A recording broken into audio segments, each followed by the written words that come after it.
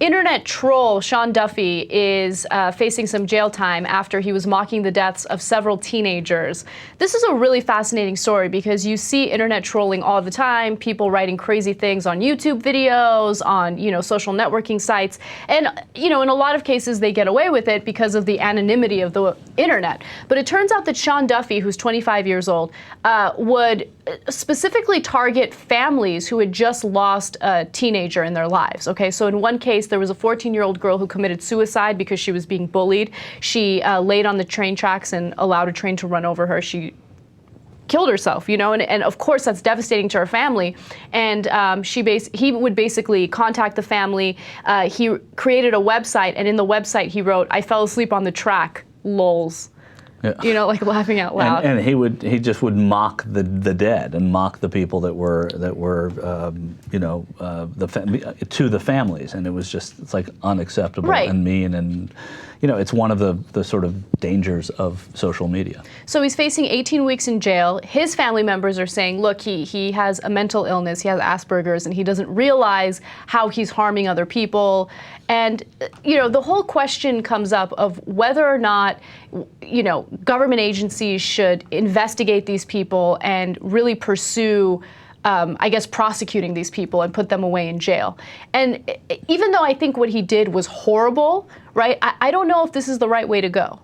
Well, why not? Why? Because listen, I agree with you, and I don't know enough about Asperger's, and I don't know about his mental state, or I don't know anything. But if you are going to go down the road of investigating improprieties online and in these social websites, this seems like one that you would take to task. It is free speech. Yeah, that's what I was going to say. There is the whole free speech issue, but there's also there are not that there are limits to free speech, but there are limits to decency, and these sites are not set up to be sort of reservoirs of indecency and reservoirs of cruelty. The thing is, this isn't if you do want to pursue these people, it's not a small task. You go online and you see trolls all over the place. So do we really want government agencies spending all of their time finding these people, prosecuting them and then locking them up, and then we use our resources to lock them up? Look, what he did was horrible, okay? Yeah. This, in my opinion, is on the same level as the Westboro Baptist Church. Go to the funerals and, do these ridiculous protests, right? Protests, as they call them.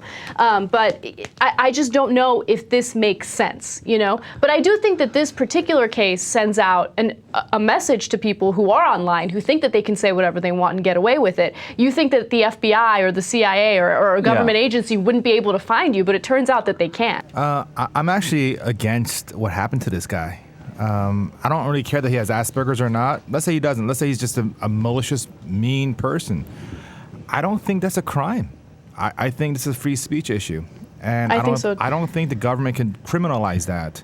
It's very offensive speech, but that is the kind of speech that we have to protect, because there's no need for protection for inoffensive speech. And I think your comparison is spot on, Anna. The Westboro Baptist Church, that's as bad as it gets. They're going to people's funerals and doing it.